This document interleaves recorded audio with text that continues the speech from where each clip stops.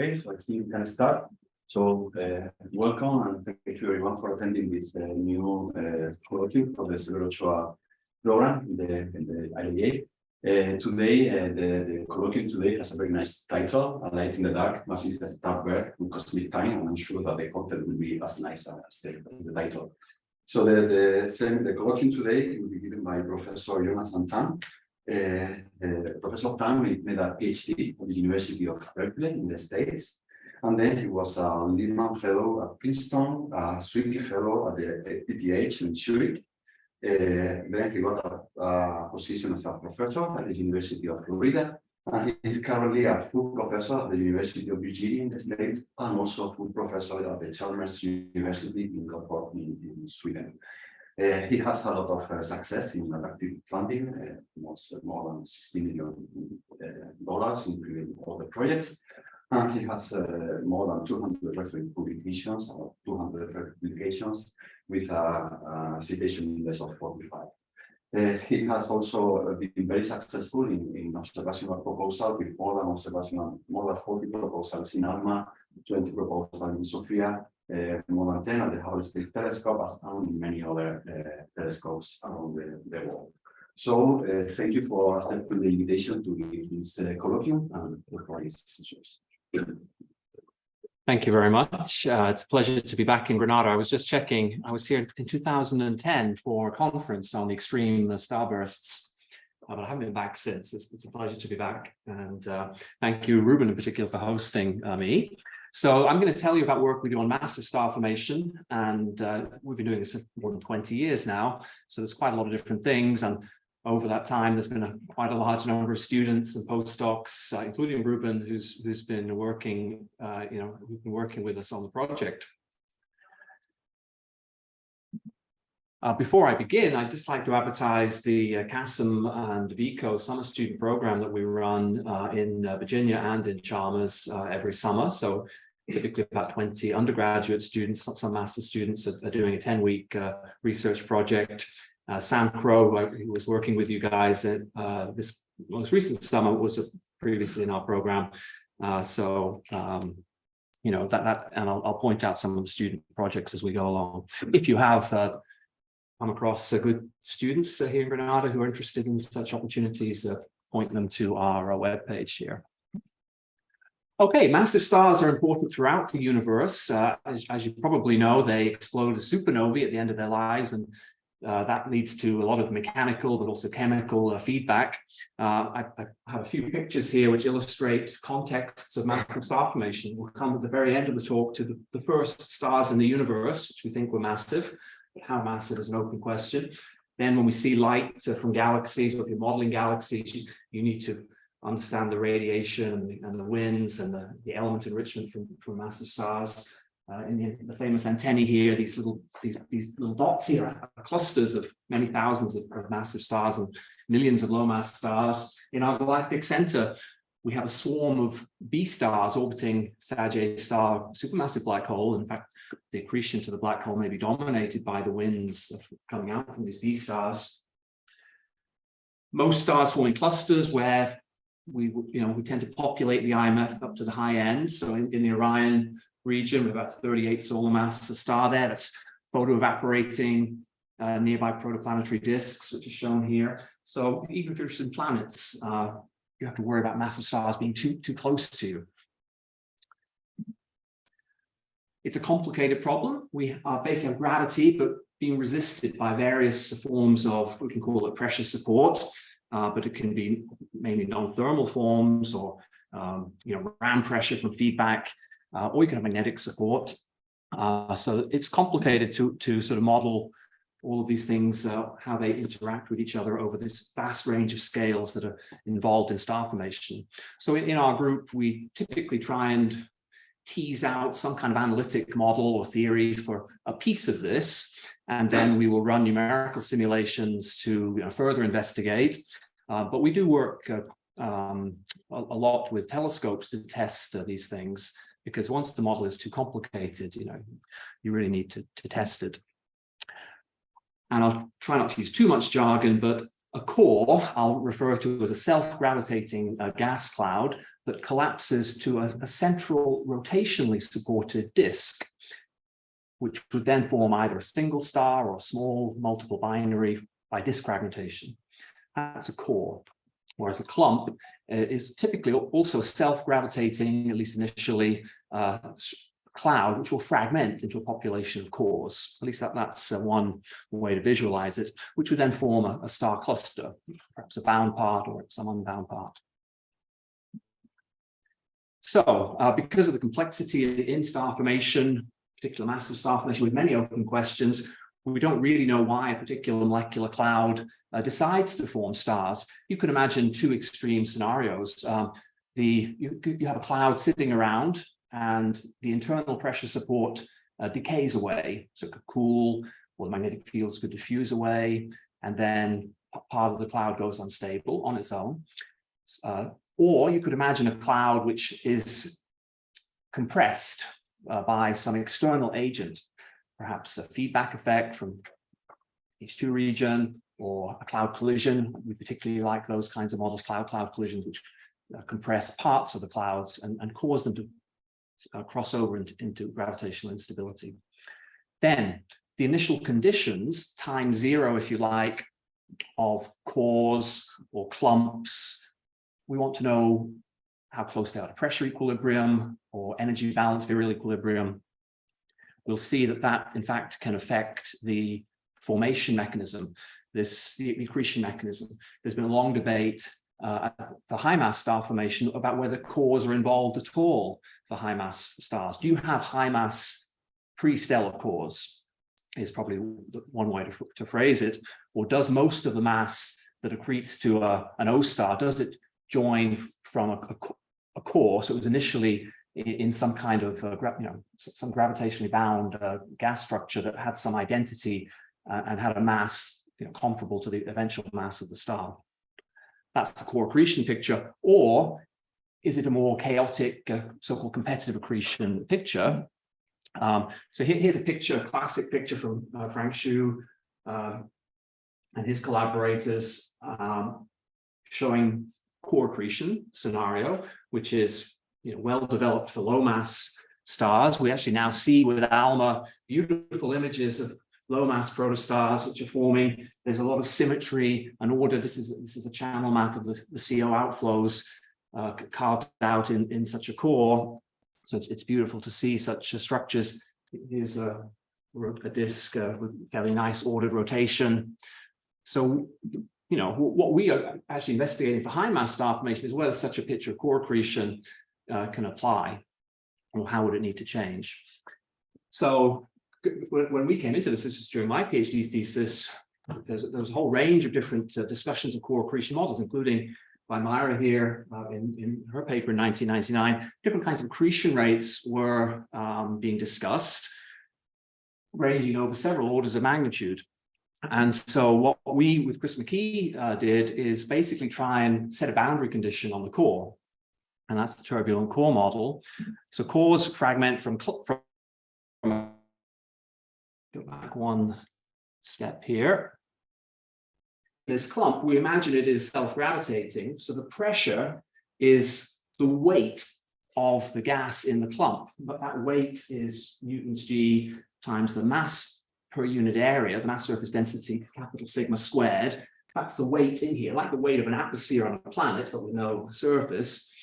So if the clump is self-gravitating, and if you want to make it in pressure equilibrium, the internal pressure would have to rise up to this value of G sigma squared phi as a constant of order unity.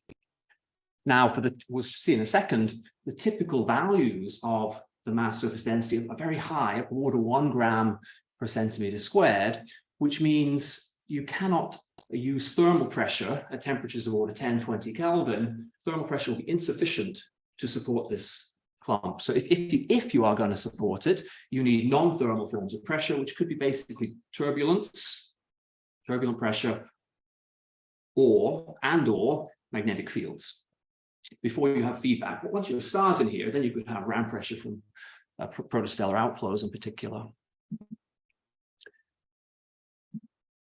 So then from this turbulent magnetized clump, we imagine a population of cores would come into being, perhaps by compression of converging flows in the turbulence here. Only a few would be massive, and those massive ones would then collapse to form massive stars. In fact, you'd have a correspondence of the core mass function with the initial mass function of stars. So then we just embed this classic cartoon right in here. The point is, in a high pressure region, the boundary condition of the core is such that for a core of a given mass, it has to be more dense and compressed before it can become unstable. So in a high pressure region, the core starts denser, and it will then collapse roughly on its local freefall time. It will collapse more quickly in a high pressure region. So the accretion rates of the star will be, depend on this sigma clump environment of the pressure. And the accretion rate is crucial, of course, because it sets all kinds of things: the protostellar structure and evolution, the strength of the outflows, how important feedback would be inside the core. Okay, on the other side here, we have these competitive accretion models, typically have been seen in simulations, starting with Ian Bennell and Matthew Bates' work. They started quite simple simulations, only thermal pressure in SPH, globally collapsing clumps. But even in the most recent, the Starforge simulations of Grudich, effectively it's the competitive accretion scenario, where most of the mass that ends up in the most massive star comes in on a time scale comes in from the clump scale, and it actually takes quite a long time to get there. So actually relatively low accretion rates, because most of the gas is starting from relatively low densities. So for example, it took 3.5 million years to form a 55 solar mass star in the Grudich Starforge simulation and form last in the cluster. So quite different, very different modes of accreting. The closest region is where massive stars are forming, is in Orion KL, 400 parsecs away, and this is what the outflow looks like. It looks explosive, nothing like the nice ordered bipolar flows we've seen. So even the nearest example is thought to perhaps involve some kind of violent interaction. So all three mechanisms may have some relevance and are debated still today. So we have these open questions. Then the time scale: how fast clusters form from clumps or stars form from cores, and then how do we get the IMF, but also the multiplicity properties. So many open questions. So here's my outline. Let me go through just show you some environments of massive star formation, set the stage. Then we'll look at how we can test core accretion models, the turbulent core model in particular, at early and late stages. And then I hope to have time at the end to apply massive star formation theory in the early universe and discuss the relevance to supermassive black holes. Okay, so this is a diagram from our Protostars and Planets 6 chapter. It's still relevant because there's no real chapter on massive star formation in PP7, so this is, I think, still very relevant. This diagram looks complicated, but it's just the mass of a structure, like 10 to 10 million solar masses, versus this mass per unit area, the mass surface density in grams per centimeter squared. And as we'll see here, look at this number 1 here, that's about over 1 gram per cc, or about 4,000 solar masses per parsec squared. And if you look in the top right here, a few equations. So here's how we've linked mass to sigma with a simple spherical projection. This is that pressure formula that we mentioned before. So obviously, high sigma will be high pressure. And here's pressure written in terms of the interstellar medium, units divided by the Boltzmann constant into CGS here, if you prefer these pressure units. And of course, the freefall time depends on the local density. So in fact, we can look at the local densities here. These diagonal lines stretching up shallow here are lines of constant volume density. So here's 1,000 hydrogens per cubic centimeter, or a freefall time of 1.4 million years. And up here are higher density contours, and with shorter freefall times. This would be a line of constant radius of the clump, 1 parsec radius, 10 parsecs, and so on. And in fact, these lines are lines of constant escape speed from the surface, 1 kilometer a second and 10 kilometers a second. That's the sound speed of ionized gas. Okay, our local galactic disk in the Milky Way is about 10 solar masses per parsec squared. Most molecular, to see molecular gas in a CO tracer, you need to shield yourself with dust. That requires a certain column density or mass per unit area, equivalent to 1.4 magnitudes of visual extinction. But most CO clouds are in giant molecular, most CO gas are in giant molecular clouds, typically about 100 solar masses per parsec squared, somewhere around here, 0.03 grams per cc. You can find 13 CO structures within giant molecular clouds. But star formation is occurring in even denser clumps, star-forming clumps traced by HCO+. These green symbols are millimeter clumps from the Balkan Galactic Plane Survey. And these red symbols are actually, we know massive stars are forming. They often contain ultra-compact H2 regions or masers. And you see they range up to order 1 gram per cc. So the typical range might be more to this higher place of the environment where massive stars are forming. We can actually put in young clusters that have just formed, like the Orion Nebula cluster. That's at the half mass radius. This is near the core, near the trapezium stars. This is some global scale. This is a range of densities, and here's 36.3, and then the other clusters are put at the half mass radius. In fact, some of these most extreme superstar clusters, which we don't really have examples in the Milky Way, may have, well, appear to have mass surface density approaching 10 grams or even towards 100 grams per cc. Infrared dark clouds are the early stages. These are some of the densest clumps within giant molecular clouds. We've studied them a lot with extinction mapping. I'll show a few later, but the green symbol shows some early stage molecular clouds approaching again 1 gram per cc. In fact, here's a nice picture. This was revolutionized by the Spitzer Space Telescope, which could, with roughly 2 arcsecond resolution, you see these dark shadows against the glowing mid-infrared emission of the galactic plane. And in fact, you can use that information to derive mid-infrared extinction maps. We did with Mike Butler. Okay, so now let's look at how we could test core accretion. This turbulent core model basically assumes virial and pressure equilibrium at T0 of the core, but it's a virial equilibrium where you also include the surface pressure term of the surrounding clump.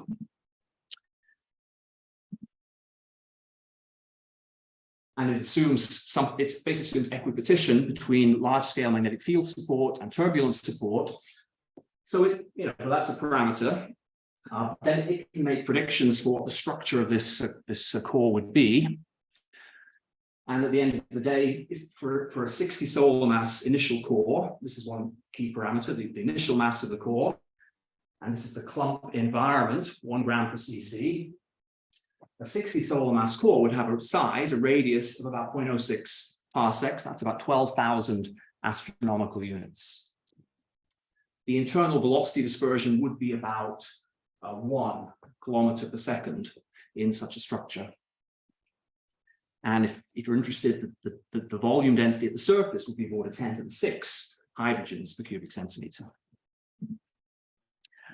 So we can put gravity and magnetic fields, heating and cooling into big simulations and actually turbulence, and you can have cloud collisions. These are the kinds of structures you can generate from simulations. We see if you have strong magnetic fields, you can get the distribution of cores and core masses.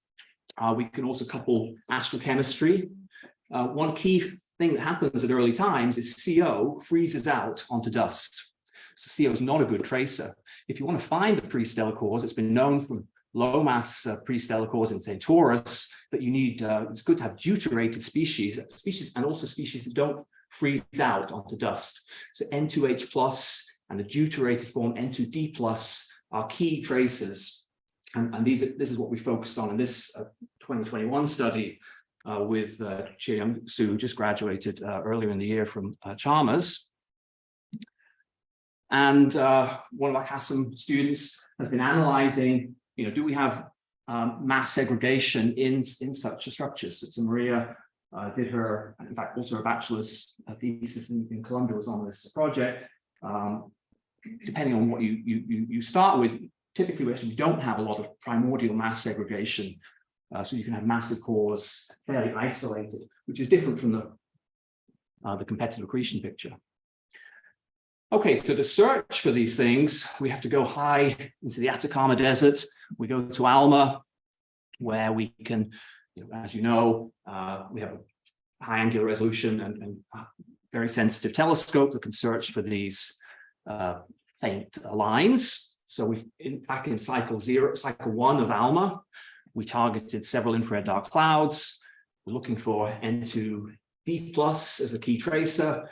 This was some of our first data from this compact configuration, only about 1 arc-second or 2 arc-second resolution even at the time.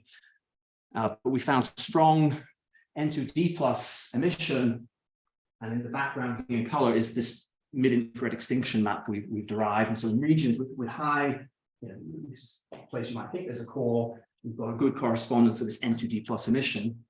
In fact, the brightest one is right at the end here, this long filament. And of course, with the line emission, you can do the Doppler shift and you can get the velocity dispersion. You can test this part here. So that's what we did. We're testing the structure. We can measure this from our extinction map, or we can use dust emission as well to measure these masses and mass surface densities, and try and test this turbulent core model. And at this point, over several cycles, we go to higher resolution. We now have samples of order, say 100 such cores. A handful of massive ones. Our most massive one is maybe 50 solar masses that we published in 2018. We call C1 South. It's shown here.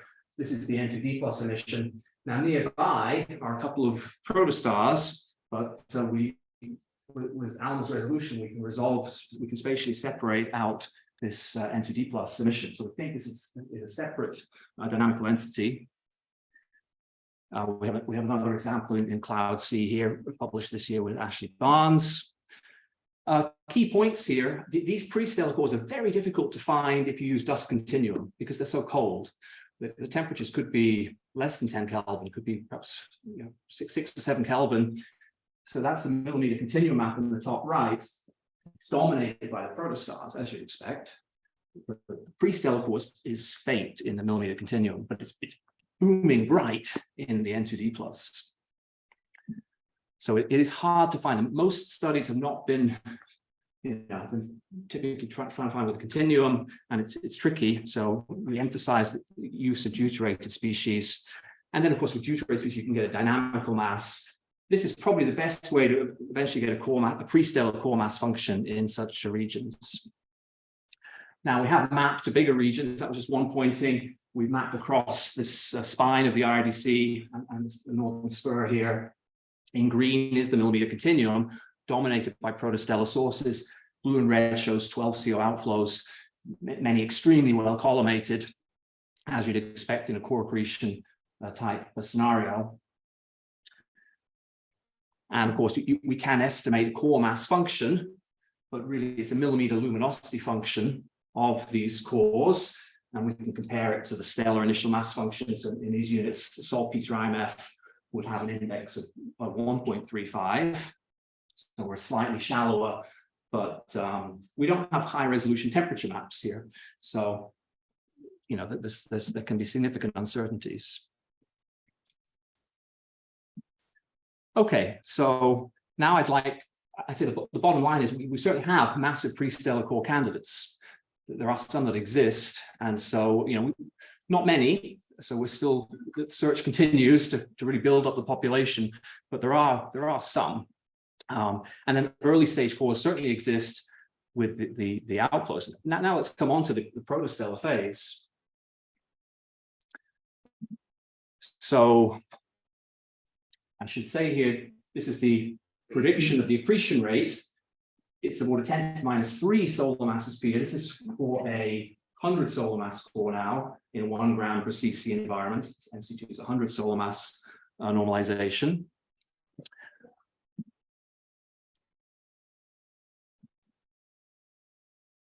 Now, a number of groups have actually done simulations of such cores. Here's an example from Peters, 2011. Now, the outcome depends a lot on how magnetized the core is. Here's quite a weak magnetic field, only 10 microgauss, not much more than the galactic disk average. If this thing fragments a lot, if you put in more like a 1 milligauss field, which we think is more reasonable for these dense conditions, there's no fragmentation. So we think strong magnetic fields are crucial to have massive star formation, in fact, to prevent the fragmentation. And this is the context that we will work with in our semi-analytic models, which are going to take this cartoon that's shown in the top right here and just assume a single star forms in the center, or at least a single star dominates the radiation.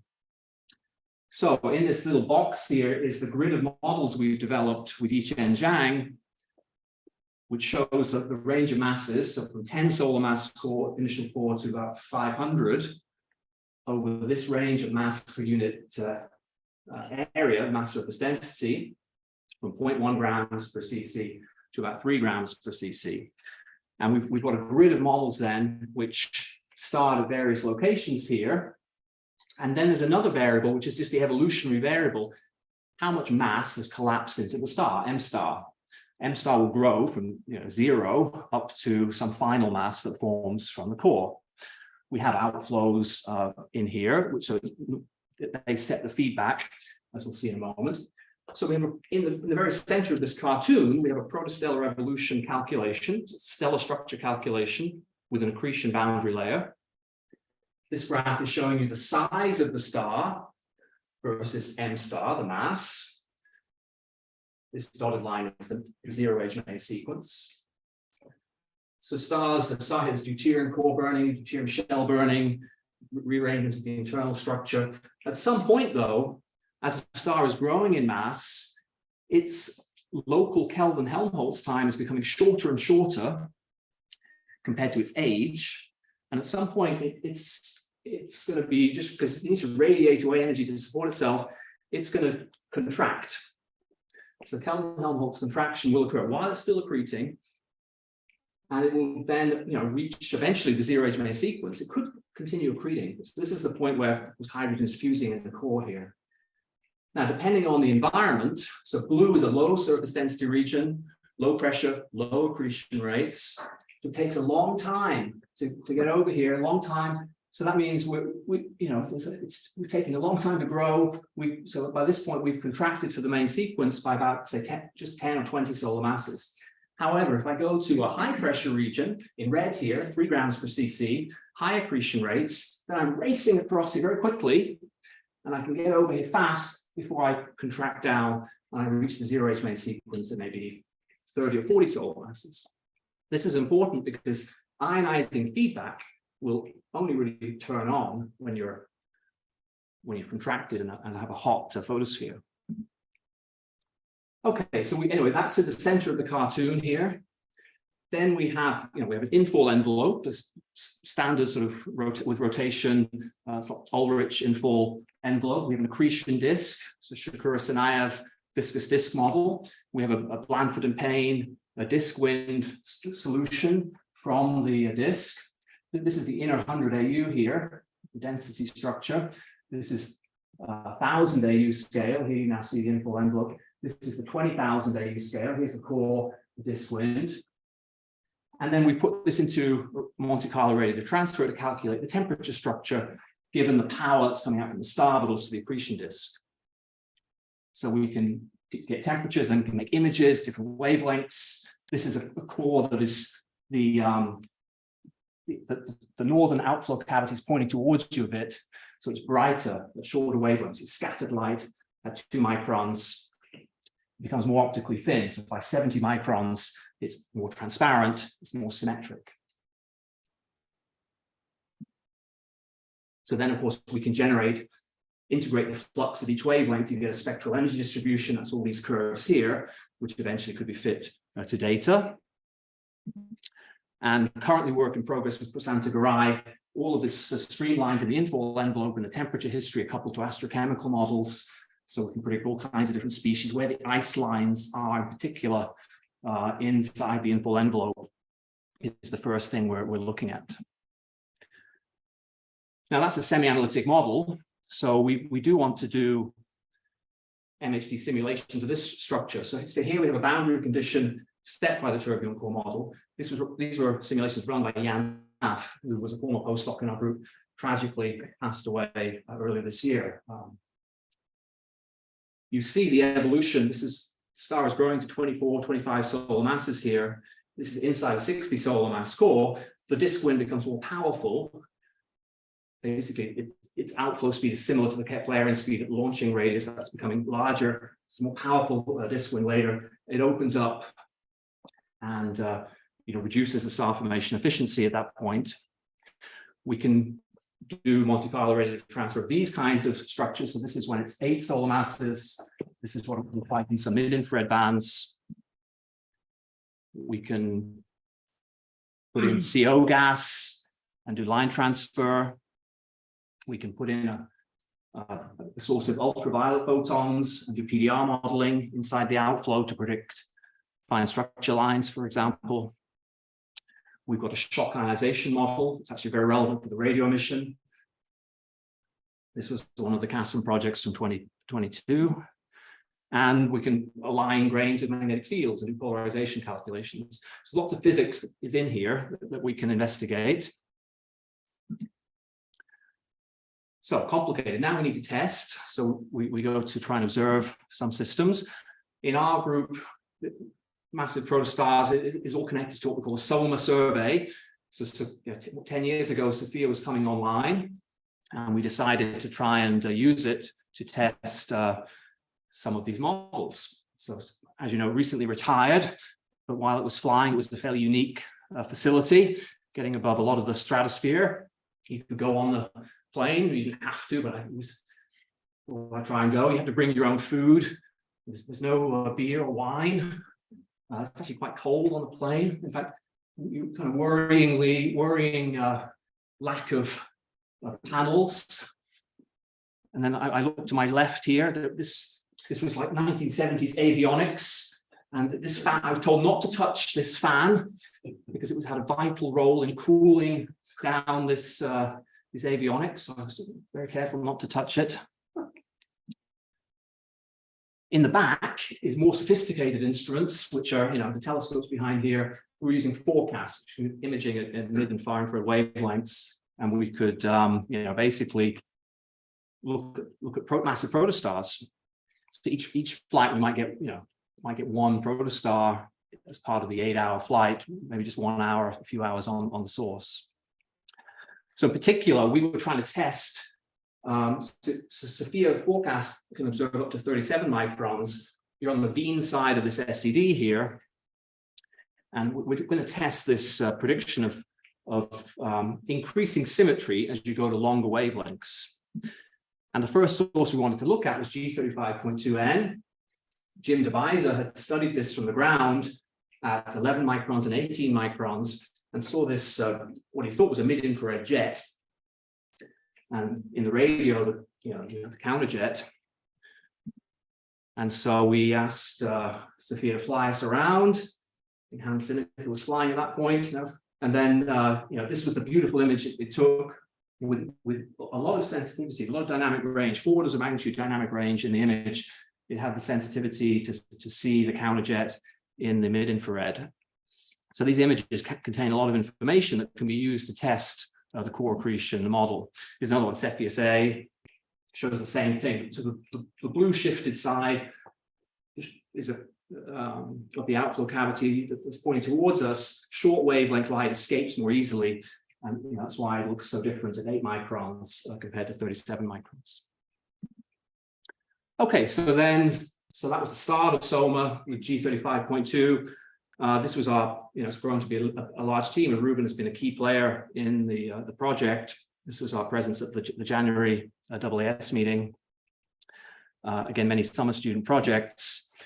We have 4 papers published so far, which have done these sources. including Rubin's most recent one. And then very soon, the clustered protostars will come out with, led by Zoe Telkamp.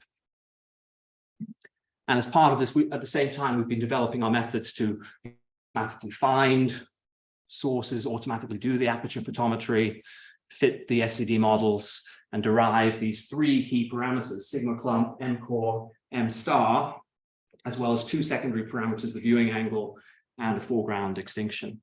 So it's only 5 parameters, which is nice to have in such a model. So for example, under what conditions do massive stars form? Krumholtz and McKee proposed you need high mass surface densities above 1 gram per cc, so to the right of this red line, to have massive stars at all.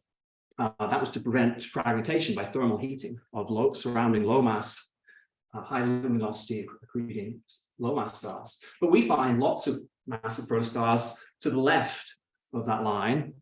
So we don't think this model is relevant, basically because we can use magnetic fields to stop fragmentation. We do notice a trend that the most massive protostars do tend to be in high sigma regions. We think that's more consistent with an internal feedback model that we developed with Kate Tanaka. Basically, in high surface density clumps, the core is denser at the beginning, and so it can actually form with more efficiency to the star due to this outflow feedback.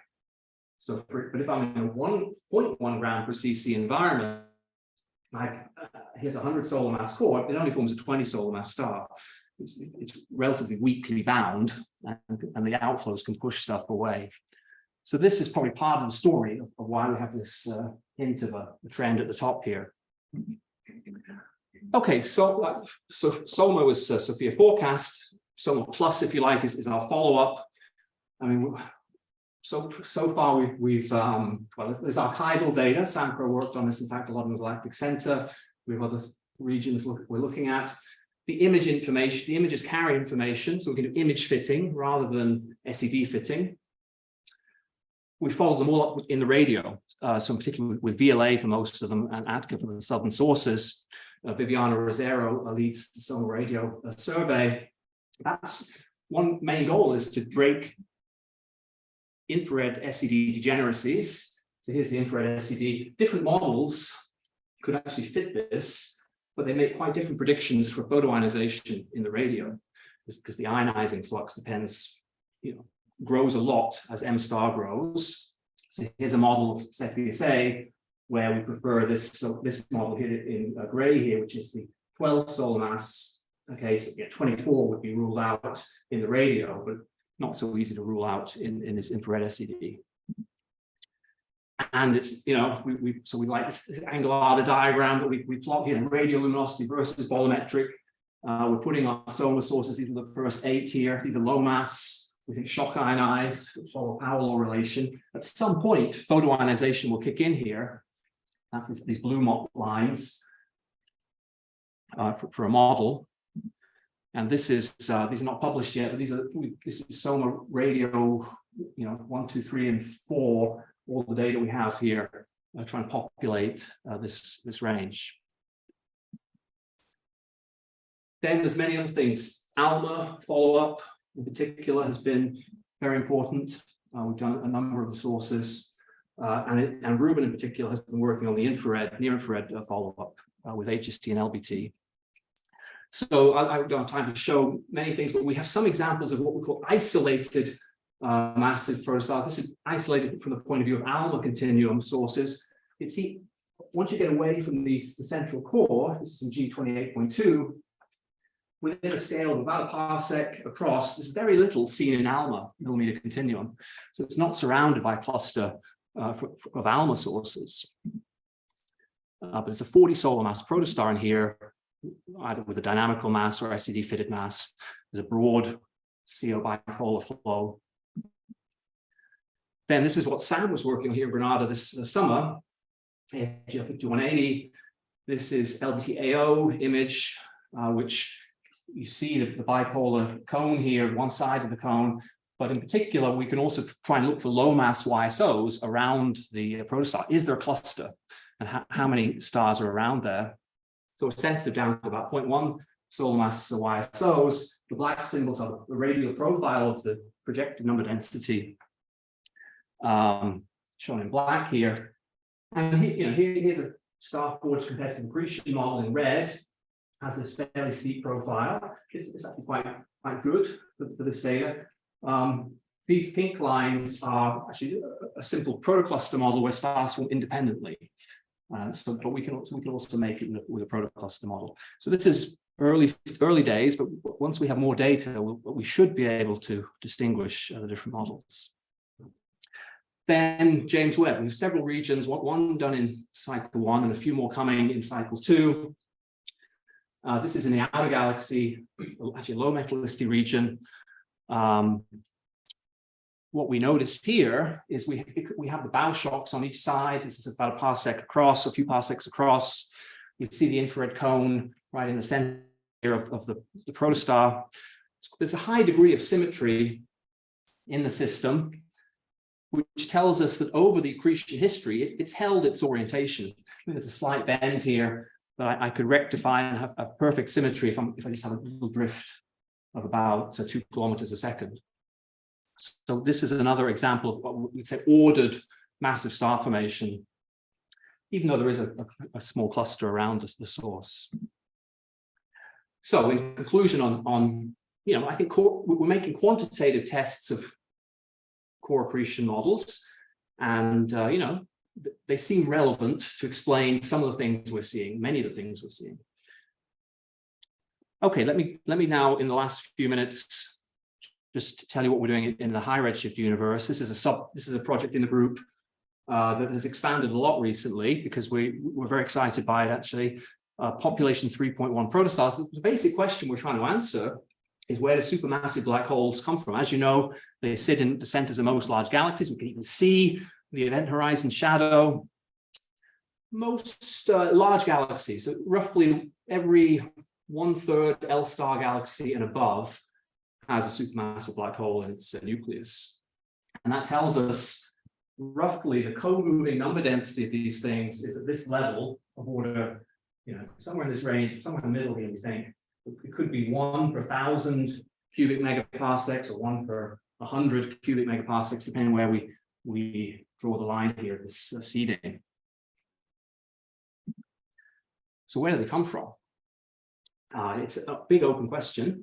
We think we're going to have to go back early to explain them, and that's mainly driven by the fact that, for a long time we've known there exist very massive high redshift quasars. This was pre-James Webb era. We had examples of sort of billion solar mass black holes at very high redshifts, only about 700 megayears after the Big Bang.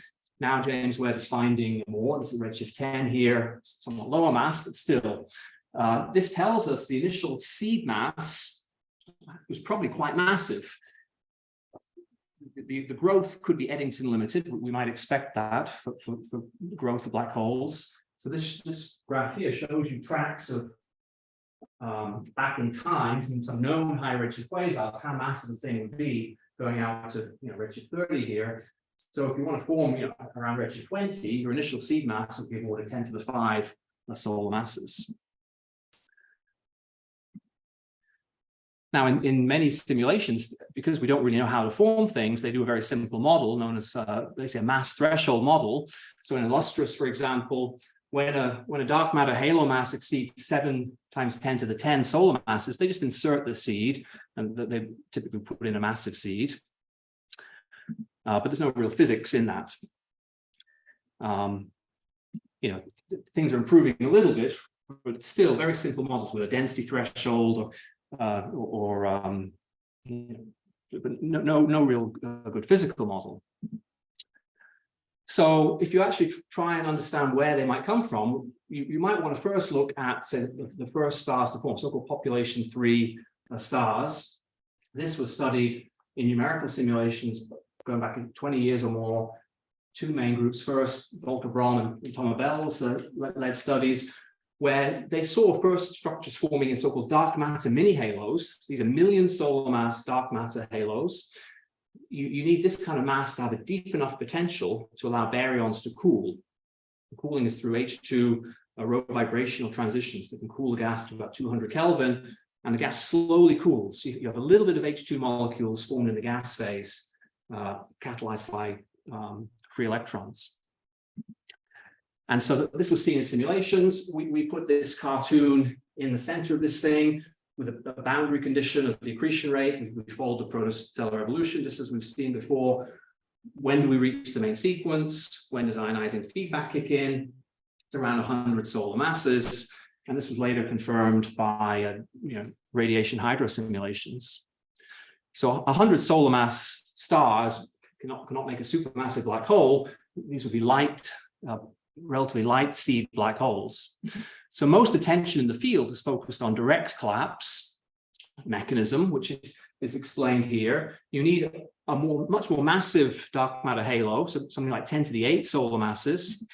You've got to stop it fragmenting, so it's got to be metal-free, dust-free to stop the cooling, but you've also got to stop that H2 from forming in the gas phase, so you need to irradiate it with a certain intensity from surrounding sources, but then you need to know the IMF, or what these things are. So this has become very complicated and uncertain to calculate. Still, some groups have tried to do this. From Chon, for example, they only find a couple of such direct collapse systems in their 20 megaparsec box. So they have an estimate here. In a more recent WISE study in Nature, they have an even much lower value. And if you remember, if we want to make all the supermassive black holes, we are orders of magnitude too low here. So direct collapse maybe can make a few, but struggles to make all the black holes. So I know I'm running out of time here, but my last couple of slides here, we've gone back to population 3 stars, and we want to look at them again. And the idea is that there may be special population 3 stars, so-called 3.1s. These are the first stars to form locally in their region. So here's a 3.1 that first collapses. It will affect things around it by its radiation. And we'll see that radiation, or has been seen, that this radiation can actually affect the outcome. So in fact, irradiated mini halos tend to fragment more and make lower mass, maybe 10 solar mass stars. Depending on metal enrichment, you can start making some population 2.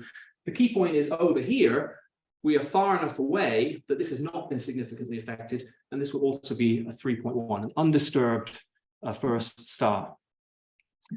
Now, why do I care about these undisturbed first stars? Because I'm interested in how we could have these stars grow to supermassive scales. How do I stop this collapse to the main sequence and the ionizing feedback? Well, it is a proposed physical mechanism which could operate inside population 3.1 sources if dark matter self-annihilates and produces electron-positron pairs and photons which are trapped in the protostar. That's a power source which changes the stellar structure. And that's been looked at by us and by one other group, this Rindler-Dahl study in 2015, where you can stop the protostar reaching the main sequence with this WIMP annihilation heating. And there's a solution which allows the protostar to stay large. And if it's large, it's cool and doesn't have UV photons. And so the baryonic content of the mini halo could efficiently collapse to the center. And that's about 10 to the 5 solar masses of baryons in the mini halo. So we're particularly interested in this mechanism of POP 3.1 star formation to produce the black holes. So we've embedded that physics of 3.1 definition here with an isolation distance parameter into cosmological volume simulations to estimate the number density of these seeds. So here's a universe evolving from high redshift, redshift 40, down to redshift 10.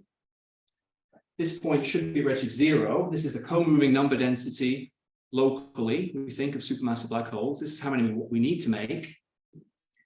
If the isolation distance is very large, so that a 3.1 needs to be 300 kiloparsecs proper distance from any other source, then I would not be able to make so many. Okay, as I make this isolation criterion smaller and smaller, it's easier to have a POP 3.1 source, I can make more and more. About 100 kiloparsecs proper distance is what is needed to match this number density. I could go higher and later merge them, but I need at least this.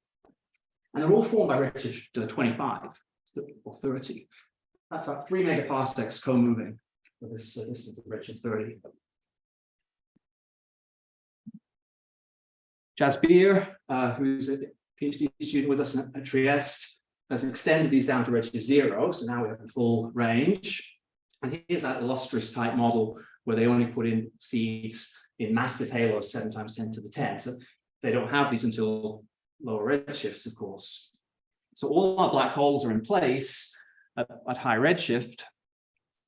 And now to test the model, we would need to find black holes at high redshift. So that's what we're very interested to do now. So I was giving this presentation in 2019 in Stockholm at the Astronomy Day thing. I had like a 10-minute talk, but Matt Hayes was there and got very excited. We were in the bar afterwards. We got very excited and we thought, well, how are we going to do this? We should go to the Hubble Ultra Deep Field. And that's that's the deepest place. And we should try and find AGN in the Ultra Deep Field. And the way to do it would be, as we'll see, through variability. So we started making predictions. These are our POP 3.1 models, different DISOs, different redshift ranges, 5 to 6, 6 to 7. We have a constant co-moving number density, so we have a fairly constant number of seeds, different redshifts here, whereas the mass threshold model would soon run out.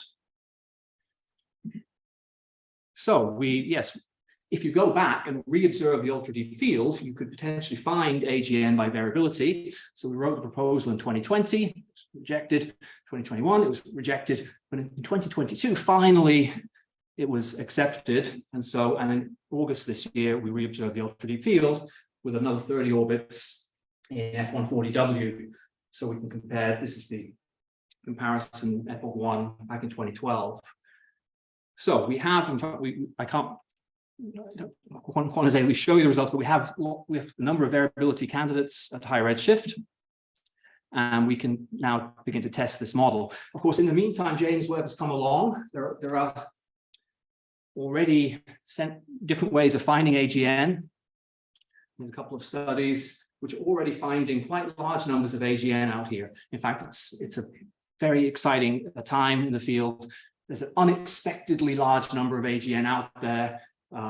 Very massive compared to the galaxies. So we think it's very promising for this model. So here's a quick summary of the supermassive black holes. There's this big problem. Where do they come from? Direct collapse struggles to make all of them. We like our population 3.1 model, which involves new physics. It's pretty important. We require power source from WIMPs to annihilate in the star to allow us to reach supermassive scales. And there's lots of predictions, gravitational waves, clustering of AGN. So if you're interested in that, please come and talk to me. And here's my overall summary. We're trying to develop a general theoretical model of massive star formation in the context of this turbulent core model. We're testing the early stages by looking for massive prestellar cores with deuterated species, with ALMA in particular. And for later stages, a whole host of things going on, testing the emission that comes out from such a structure with infrared observations and submillimeter observations. And now applying this in the early universe, there is a way to make supermassive stars, but only in special locations where you have a star co-located with a dark matter cusp. And that only happens in these first POP3 mini halos. So thank you.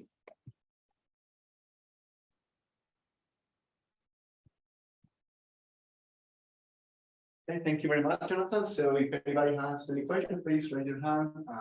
Yeah. Perhaps I can start, but well, if there's anything online, please let me know. But I was wondering actually, how would you, this is actually a question that I have for some time, how would you confirm a prestellar core? How would you observationally say, okay, this prestellar candidate is a prestellar core? Right. Well, it's going to be very challenging to, you could have a very low mass source in there. So in some sense, we will never be able, there'll always be a limit. But we look for things that are highly deuterated, which suggests that they're cold. But early stage protostellar cores could still remain highly deuterated. We look for the presence of outflow activities. We look for a concentrated millimeter source, and we'll always have some sensitivity to that concentrated millimeter source. It's probably the main way we'll be looking for things. Thank you. Any questions in the audience? Thank you for this excellent talk. And I have a curiosity with your last model, which I found very exciting. Physically, which is the meaning of this distance or scale parameter you mentioned? Right, that's a great question. The isolation distance. Well, yeah, it's a physical model for the isolation. Well, you could think of the Strongren sphere. You could think of the let's say there is a supermassive star as the precursor. Let's say my star reached about 100,000 solar masses and was on the main sequence, in fact, for a while before collapsing to a black hole. You can estimate the ionizing photon output of such a star. So a normal O star is 10 to the 49 ionizing photons per second. Such a star would actually have 10 to the 53 ionizing photons per second. The Strongren sphere in the intergalactic medium density redshift 30 of a 10 to the 53 photon per second source is about 60 kiloparsecs proper. So there's an example of physical model. In fact, we've done calculations with Strongren spheres as the model. I personally think we also have to consider it takes time to fill the Strongren sphere, so we actually have to work at R-type expansion. It's a bit smaller, but the FUV field in front is also, we think, important for Lyman-Werner for dissociating H2. That is the order of magnitude. But a Strongren model would actually not be too bad. And also, you show a map of massive star forming region. I remember the scale was 40 seconds or so, and there were a lot of nice bipolar flows. And several of them were very well collimated, which is not very usual in massive star forming for a massive star. So, do you think all these outflows come from massive stars, or there is a mixture of massive and smaller mass? Yes. Well, that was the image of the infrared dark cloud, which quite far back. But yeah, not all of those will be massive protostars. We don't quite know what they're going to be, but not all the cores initially now, but as we see them now, are massive. But some of them are, and they're all mostly collimated. So I think that's an important piece of information. When we look in the SOMA server, we follow up with ALMA. We often see collimated outflows as well. We have some wide-angle ones, but still generally bipolar. Now, as you know, Orion KL is not like this, and there are a handful of systems which are somewhat different, but we think they're the minority. And did you have make an association of the luminosity or the mass, or estimated mass of the star and the outflow? So yes, we're beginning to correlate volumetric luminosity or estimate of M star with all of these quantities to really, fill out the evolutionary sequence of different metrics. And you see some change in the collimation according to that has not been measured. Because I have the feeling that massive stars are not well collimated in general, as are the low mass. We've not quantified that yet, but we have some examples anecdotally where I showed a 40 solar mass quite isolated one. It has quite a wide angle cavity. Once you have a wide angle and you're willing to have the orientation in different ways, then the CO morphology can look quite complicated. In our 23 paper, we've done some synthetic images, and it looks quite complicated even though you have a bipolar flow with a wide angle, and there can be substructure in the outflow, of course. It can look a little strange, and then you ALMA filter it. It can look, but we have some examples I can show you. Okay, is there? I have also several questions. Thank you very much for the nice review about massive protostars in different contexts. The first question is regarding the simulation. It seemed to me that you mentioned that the magnetic field in the filamentary structure on large scale clouds is about hundreds of microgauss. Can in the collapse envelope and in the final protostar, for instance, in the disk or not? Yes, we can predict things, but right now I'm not sure how good they will be because probably we need some non-ideal MHD processes. We have done some models with ampolar diffusion, but that is sensitive to the chemistry and ionization state. As you know, when you form a star, you've got to lose most of the, 99.9% of the magnetic flux, and predicting that is very challenging. Even to make the disk is challenging. So we are heading in that direction. There are other groups, Hannibal and Thomason's group in particular are doing some nice work in that direction as well. But it's hard to predict. It could be reconnection diffusion of the field, and resolving that in a simulation is challenging. Well, the second question is regarding the spectral energy distribution modeling. How do you include the disk in these massive protostars, and if you include them, with properties of the disk can you derive from the spectral? Right. We do include the disk. We make an assumption, which I didn't mention. We assume the disk is 1/3 of the stellar mass. So the disk includes quite a massive disk then. We think that there's a physical reason for that. We think it would be self-limited, but once you become too massive, it's spiral arms and gravitational instability, which would then enhance accretion. We also assume this initial angular momentum of the core is about 2%. In fact, that should really be another parameter. 2% is empirically measured in, Alyssa Goodman and others in samples of cores, but that could vary. That sets an outer disk scale in the Ulrich model. So our disk size is a fraction of our initial core size. So again, in high pressure regions, cores are smaller, disks are smaller, and that's in there. But there could be a variety of disk sizes. Can you predict the mass accretion rate in these? The mass accretion rate is a part of the model because it's controlled by the collapse solution. So the disk is fed with this accretion rate, and we assume it is processed through the disk. And we have an alpha viscosity in the disk, so that sets the disk structure. But remember, we've set the disk mass to be 1/3 of m star.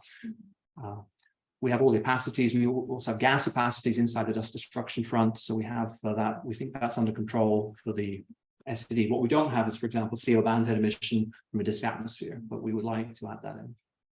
And the final question, I'd like to have the opportunity to ask you, which is the more favored scenario to form massive star? You had mentioned in the first slide, three scenarios, the accretion scenario, the competitive accretion, and the collisions. Right. What are your thoughts about these three possibilities? What do you favor? Well, the one I favor, I may be slightly biased, but we've been working on core accretion for a while, but we do see collimated outflows. And this last James Webb image I showed, which has the bow shocks fairly well aligned with each other on opposite sides, tells us that it's held its orientation in a stable way for its accretion history. So that is an interesting thing. And then we have examples of massive protostars which don't seem to form around a cluster, with a cluster surrounding them. And that again effectively rules out competitive accretion in such cases. Is there any other questions in the room? In the Zoom, is there anything? Okay, before we say thank you to Jonathan, I would like to make an announcement. Is that tomorrow, Jonathan will be with us today. So in the afternoon, if you want to talk to him, just shoot me an email or to him. And tomorrow morning at 11 o'clock, there will be another informal seminar about planet formation. So we go from primordial stars, star formation up, and also about planet formation. So those of you that are interested will be at 11 o'clock in the Sala de Junta. It will be more like a discussion environment, more informal. So he will set the stage for about 20-30 minutes, and then everybody will be encouraged to chip in with ideas or stuff. But without further ado, let's thank again Jonathan. Thank you very much.